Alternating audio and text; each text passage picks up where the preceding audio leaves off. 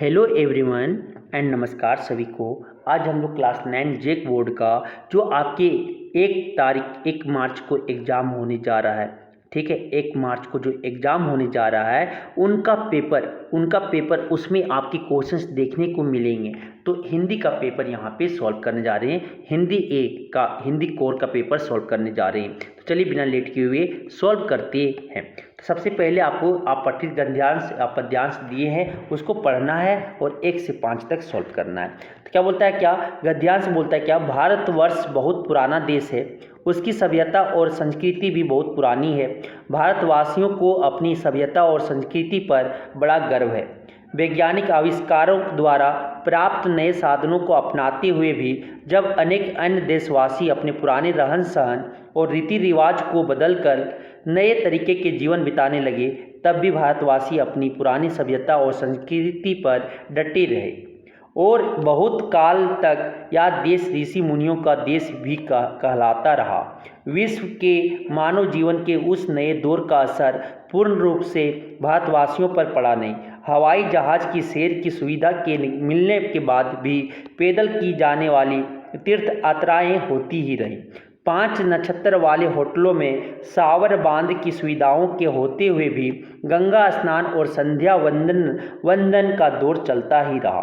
कारण यह है कि जब जीवन में उन्नति के लिए अन्य देशवासी नए आविष्कारों और उनके द्वारा प्रदान की गई सुविधाओं के पीछे भाग रहे थे, तब भी भारतवासियों को अपने रीति रिवाज और रहन सहन पर पूरा विश्वास था। तो एक गद्यांश को पढ़ने के बाद आपको आंसर देना है। तो भारत कैसा देश था? बहुत पुराना देश था। क्या जगह? ऑप्शन 3 हो जाएंगे। बहुत देखो, भारतवर्ष बहुत पुराना देश है। क्या जगह? बहुत पुराना देश था। अब आ जाएगा क्वेश्चन नंबर 2। क्वेश्चन नंबर 2 बोलता है क्या, कौन देश ऋषि मुनियों का देश कहलाता रहा? तो कौन देश आपकी मुनियों? भारत देश जो है, देखो भारत देश काल या देश ऋषियों मुनियों का देश भी कहलाता था। कौन देश? भारत देश। क्या जगह? ऑप्शन 2 हो जाएंगे। नेक्स्ट क्वेश्चन नंबर 3 का ऑप्शन, सावरबात का अर्थ क्या है? सावरबात का क्या? झरना स्नान। सावरबात की सुविधा के होते हुए भी क्या? गंगा स्नान। 5 नक्षत्र वाले होटलों में जो आपके 5 स्टार वाले होटल जो होते हैं उसमें क्या? सावरबात होता है, मतलब कि सोवर लगा हुआ रहता है। क्या होता है? सोवर लगा हुआ रहता है। झरना स्नान होता है, झरना लगा रहते हैं। फिर भी क्या होता है? गंगा स्नान यहाँ करते हैं। क्या जगह? ऑप्शन 4 हो जाएंगे। 3 का आपका ऑप्शन 4 हो जाएगा। नेक्स्ट क्वेश्चन नंबर आपके बोलते हैं क्या? 4 नंबर बोलता है क्या, भारतवासी किस पर डटे रहे? तो आपकी किस पे डटे रहे? पुरानी सभ्यता और संस्कृति पर। क्या जगह? ऑप्शन 1 हो जाएंगे। हवाई जहाज, क्वेश्चन नंबर 5, हवाई जहाज की सैर की सुविधा मिलने के बाद भी तीर्थ यात्राएं किस प्रकार होती है? पैदल चल के। कैसा होता है? पैदल चल के करते हैं। क्या जगह? ऑप्शन ए 1 हो जाएंगे। नेक्स्ट क्वेश्चन आपका बोलता है प्रस्तुत पद्यांश को पढ़कर प्रश्न 6 से 10 तक के लिए सही विकल्प को चुनें। काव्यांश है, क्या बोलता है यहाँ पे, सच्चे विपत्ति जब आती है कायर को ही दहलाती है। सुरमा नहीं विचलित होते, सन एक नहीं धीरज खोते। विघ्नों को गले लगाते हैं, कांटों में राह बनाते हैं। मुख से ना कभी उप कहते, संकट का चरण ना गहते हैं। जो आप पढ़ता सब सहते हैं, उद्योग नीरत नित रहते हैं। सूलों का मूल नसाने को, बड़ खुद विपत्ति पर छाने को। हे कौन विघन ऐसा जग में, टिक सके वीर नर के मग में। खम ठोक ठेलता है जब नर, पर्वत के जाते पांव उखड़। मानव जब जोर लगाता है, पत्थर पानी बन जाता है। तो इस काव्यांश को पढ़ने के बाद आपकी आंसर देना है। क्या बोलता है? विपत्ति आने पर कौन डरते हैं? कायर। कौन डरते हैं? विपत्ति आने पर कायर डरते हैं, डरपोक डरते हैं। क्या जगह? ऑप्शन 2 हो जाएंगे। बोलता है नेक्स्ट क्वेश्चन, विपत्ति आने पर कौन विचलित नहीं होते? कौन विचलित नहीं होते? सुरमा विचलित नहीं होते हैं। सुरमा विचलित नहीं होते। अब आता पत्थर पानी कब बन जाता है? पत्थर जब मानव जोर लगाता है, पत्थर पानी बन जाता है। क्या जगह? ऑप्शन 1 हो जाएंगे। 8 का ऑप्शन 1। शूल का पर्यायवाची शब्द लिखें। शूल मतलब क्या होता है? कांटा होता है। शूल मतलब क्या होता है? कांटा होता है। तो क्या बोल, शूल जो क्या होता है? कांटा। शूलों का मूल नसाने को, अब बड़ खुद विपत्ति पर छाने को। शूल का मूल। अब आते हैं next question number 10। Question number 10 बोलता है मानव शब्द का विलोम है क्या? मानव का क्या होता है? दानव होता है। क्या जगह? ऑप्शन 3 हो जाएंगे। नेक्स्ट क्वेश्चन, क्वेश्चन नंबर आपके बोलते हैं व्याकरण खंड से लिया गया, खा खंड बोलता है कवि का स्त्रीलिंग रूप होगा। स्त्रीलिंग रूप आपकी कवि का क्या होगा? कवित्री होगा। ऑप्शन 4 हो जाएंगे, कवित्री। नेक्स्ट बोलता है कठिनाई का सही बहुवचन होगा। कठिनाई का सही बहुवचन जो होगा कठिनाइयाँ होगा। क्या जगह? ऑप्शन 2 हो जाएंगे। सही से लिखिएगा। भारत का सही विशेषण, भारत का सही विशेषण क्या है? भारतीय। क्या है? भारतीय, ऐसे लिखा जाता है। अब आता है क्वेश्चन नंबर 14। व्यवहारिक शब्द में कौन सा प्रत्यय है? व्यवहारिक शब्द में कौन है? इक। इक, व्यवहार जोड़ इक। क्या है? व्यवहार जोड़, इसे लिखना चलेंगे।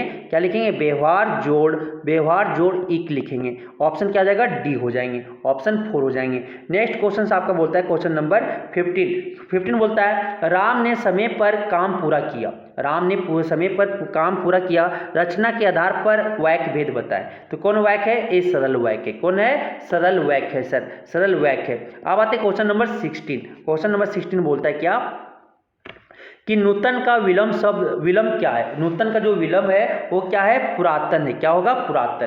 कि आपके नूतन का जो आपके विलंब शब्द होंगे वो क्या होंगे? पुरातन होंगे। क्वेश्चन नंबर 17 बोलता है निम्न में से पहाड़ का पर्यायवाची शब्द क्या है? गगन। क्या होगा? गगन भी है, पर्वत भी होगा, दोनों है, दोनों सही है। निम्न में पहाड़ का, सॉरी गगन मतलब आकाश होता है, पर्वत होगा। पहाड़ का जो पर्यायवाची शब्द है वो क्या हो जाएगा? ऑप्शन ए हो जाएंगे। ऑप्शन ए हो जाएंगे, पर्वत। गगन मतलब आकाश होता है, सॉरी।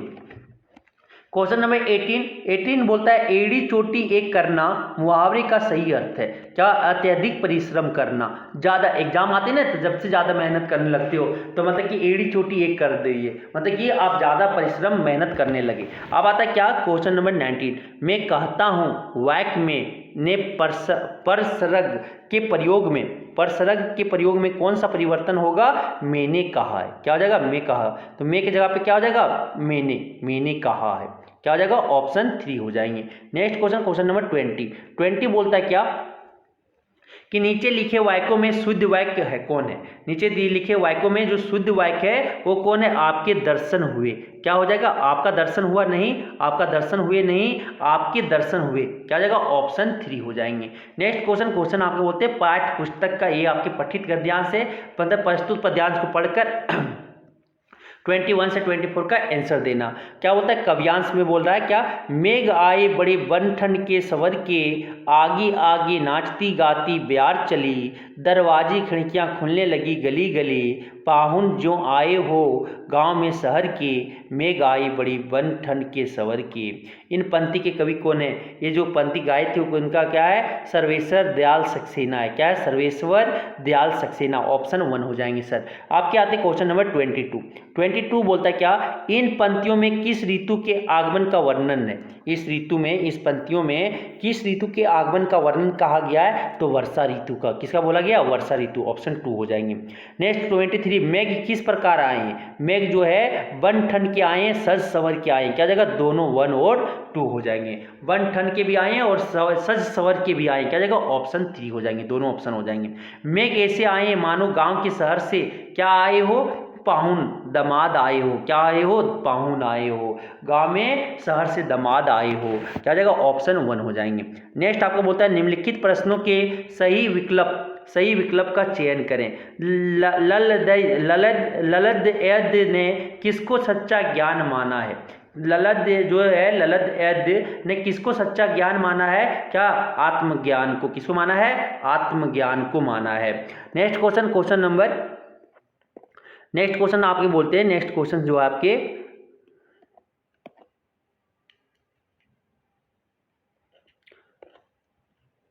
क्वेश्चन नंबर 26 आपका क्या बोलता है? देखिएगा कि एक भारतीय आत्मा किस कवि को कहा गया है? एक भारतीय आत्मा किस कवि को कहा गया है? तो ये माखनलाल चतुर्वेदी को कहा गया। किसको कहा गया? माखनलाल चतुर्वेदी को। अब आता है ग्राम श्री कविता में किस ऋतु का वर्णन हुआ है?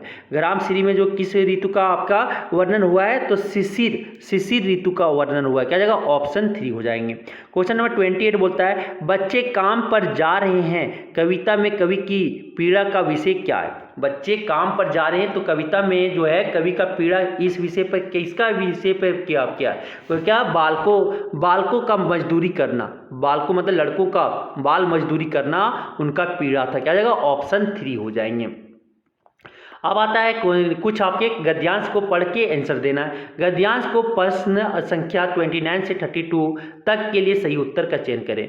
झूरी काछी के दोनों बेलों के नाम थे हीरा और मोती, दोनों पछाई जाति के थे, देखने में सुंदर, काम में चौकस और दिल में ऊंचे। बहुत दिनों साथ रहते रहते दोनों में भाईचारा हो गया था। दोनों आमने सामने या आसपास बैठे हुए एक दूसरे से मुख्य भाषा में विचार विनिमय करते थे। एक दूसरे के मन की बात कैसे समझ जाता था हम नहीं कह सकते। अवश्य ही उनमें कोई ऐसी गुप्त शक्ति थी जिससे जीवों में श्रेष्ठता का दावा करने वाला मनुष्य वंचित है। तो प्रस्तुत गद्यांश किस पाठ से है? तो दो बेलों की कथा से। क्या जगह? ऑप्शन 1 हो जाएंगे। दोनों बेलों के नाम थे क्या? हीरा और मोती था। क्या जगह? ऑप्शन 2 हो जाएंगे। नेक्स्ट क्वेश्चन नंबर 31 बोलता है क्या? बेल किस जाति के थे? तो आपके पहाड़ी जाति के थे। क्या सॉरी, पछाई जाति के थे। कौन जाति के थे? ऑप्शन 4 हो जाएंगे। पछाई जाति के थे बेल, दोनों जो थे पछाई जाति के थे।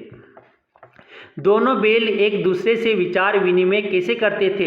मुख्य भाषा से। कैसे करते थे? मुख्य भाषा से करते थे। ऑप्शन 3 हो जाएंगे। नेक्स्ट क्वेश्चन से आपका क्या? निम्नलिखित प्रश्नों के सही विकल्प का चयन करें। तो बोलता है सालिम अली की पत्नी का नाम क्या था? सालिम अली की जो थी उसकी पत्नी का नाम क्या था? तो तहमीना था। क्या था? तहमीना। ऑप्शन 2 हो जाएंगे। क्वेश्चन नंबर 34 बोलता है धीरे धीरे सब कुछ बदल रहा है, या पंक्ति किस पाठ की है? धीरे धीरे सब कुछ बदल रहा है, तो ये उपभोक्तावाद की संस्कृति से लिया गया। किससे? 2, ऑप्शन 2। धीरे धीरे सब कुछ बदल रहा है, ये उपभोक्तावाद की संस्कृति से लिया गया।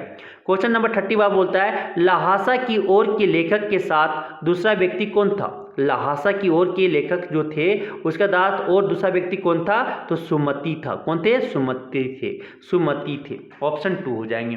क्वेश्चन नंबर 36 बोलता है महादेवी वर्मा जब क्राथवेट गर्ल्स कॉलेज पढ़ने गई तब वहां छात्रावास में उनकी पहली सहेली के रूप में कौन मिली? सुभद्रा कुमारी। कौन मिली थी? सुभद्रा कुमारी मिली थी। ऑप्शन 2 हो जाएंगे। नेक्स्ट क्वेश्चन नंबर 37 आपका बोलता है क्या? कि इस जल प्रलय में पाठ में किसका वर्णन हुआ है? किसका वर्णन हुआ है? बाढ़ का। इस जल प्रलय में पाठ में किसका वर्णन हुआ है?